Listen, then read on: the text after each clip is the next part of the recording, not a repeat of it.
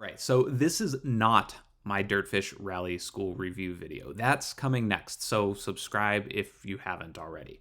But I did drive my 911 over 2,000 miles round trip to the rally school, and so after about 28 hours in the driver's seat, I wanted to explain to you why the Porsche 911 is the best all-around sports car ever built. Now, I've had my 911 for a little over 3 years, and I've put just over 20,000 miles on it during that time, so it's got about 53,000 miles on it now. And it's my first Porsche, so yeah, I'm a little late to the party, and many of you already know what I'm about to tell you. But if you've ever been shopping for a Porsche and perhaps compared to similar aged Ferraris or McLarens, you may have noticed that the Porsches usually tend to have twice or three times or even four times the miles of similar cars. Well, there are some reasons for that, and not just because Porsche owners like to drive their cars more and aren't as paranoid about the miles impacting the value of their car. First, Porsches are usable. You can use it in almost every situation. It's not just a single purpose driving machine to go fast, though it can do that just fine. You can use it to go to the store because it's got decent luggage space. You can use it in any weather condition. You can use it to take your kids to school because it's got back seats. You can use it on long road trips because it's comfortable, as I'll show you today. Really, there are few reasons to ever not drive your 911 and leave it at home in the garage. It's also nice, but it's not too flashy. It blends in easily, and while it does get some attention, it's not outrageous. You can park it on the street and not get mobbed by people or create a big scene. It's reliable, especially the latest generation cars, but they've always been pretty reliable with their German build quality. It even gets great gas mileage. Would you believe that I managed nearly 30 miles per gallon on my drive home? So the next time you're at a car show looking at a nice Porsche, whether it's old or new, check the mileage on the odometer. I'll bet there are more high mileage 911s than any other sports car, maybe besides a Miata.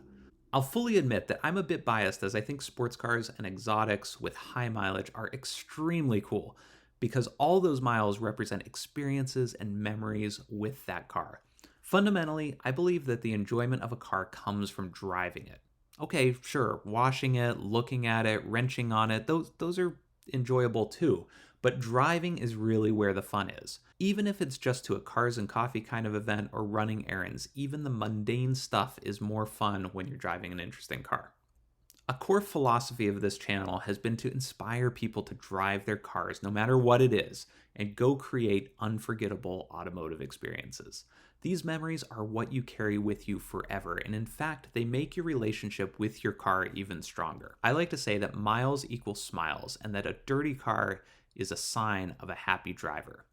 To quote The Mandalorian, this is the way. This is the way. This is the way. This is the way. So when I signed up for the Dirtfish Rally School, sure, I considered flying up to Seattle for a minute, but it seemed like too good of an opportunity for a road trip, especially to do the part of the Oregon coast that I missed when I originally bought this car and drove it home. All right, so let me tell you about the road trip and what I appreciated about the Porsche during that time. First, I decided to take the coastal route up and make it a 2-day trip from San Francisco to Seattle. This time, I didn't do the full coastal route of Highway 1 since I'd done that before, but I did take 101, which parallels the coast through most of California.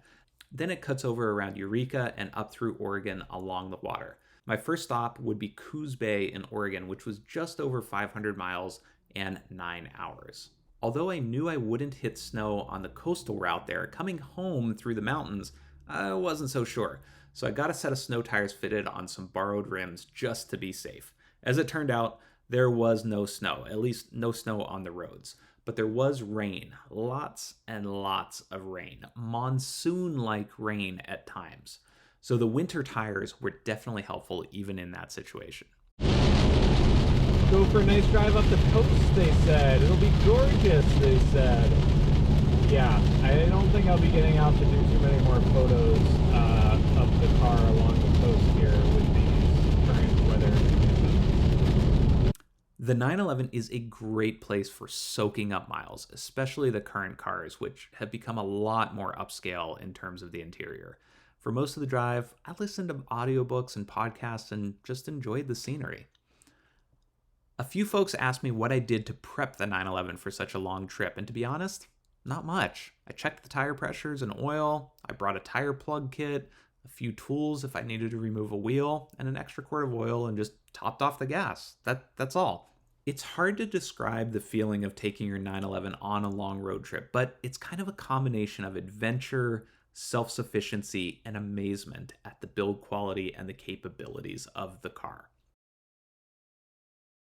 All right, so I'm on day 2 of the drive up to Dirtfish Rally School, and I just left Coos Bay, Oregon, where I spent the night last night.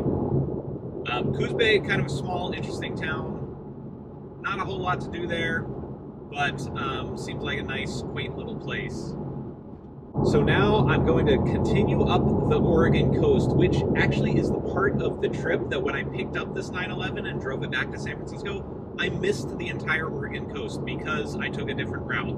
And so I'm kind of making up for that this time, and I'm going to take the coastal route up from Coos Bay to Astoria, and then continue on from there to Issaquah, where Dirtfish Rally School is. All right, so that's about another 500 miles today, so we better get rolling. An absolutely torrential rain. The Porsche didn't care. I mean, these cars don't melt in the rain, and in fact, hours upon hours of the windshield wipers at almost full speed had me kind of feeling like a Porsche durability testing engineer, making sure those wipers were, gonna work for everybody. And stopping in small towns for fuel in the Porsche is always fun, and I got a few compliments on the car from folks along the way. People always seem friendlier when you're in your Porsche, especially in these more rural areas. This car really gives you a sense of confidence, not just in its performance, but in its reliability and capability to handle anything it encounters. You need to go down a dirt road to get a great photo? No problem. Snow, rough pavement, traffic, crowded parking lots, speed bumps. The Porsche engineers have planned for everything you might encounter, not just a focus on lap times or weekend driving experiences.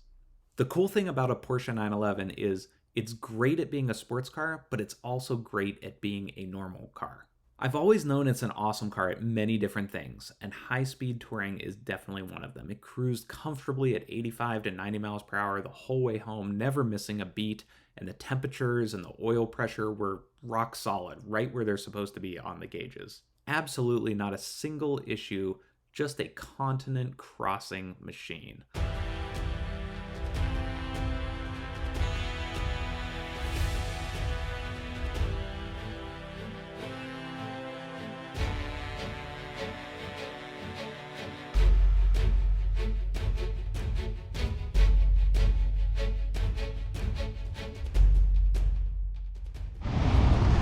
Yo, so when I got here, there was a random Audi BMW club event happening.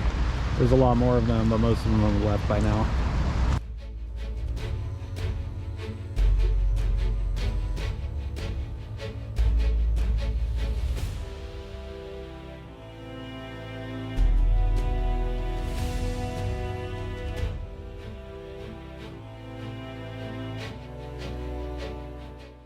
I took the more boring but faster route home, not the coast, and managed to do it in a single day. That was about 12 hours of solid driving.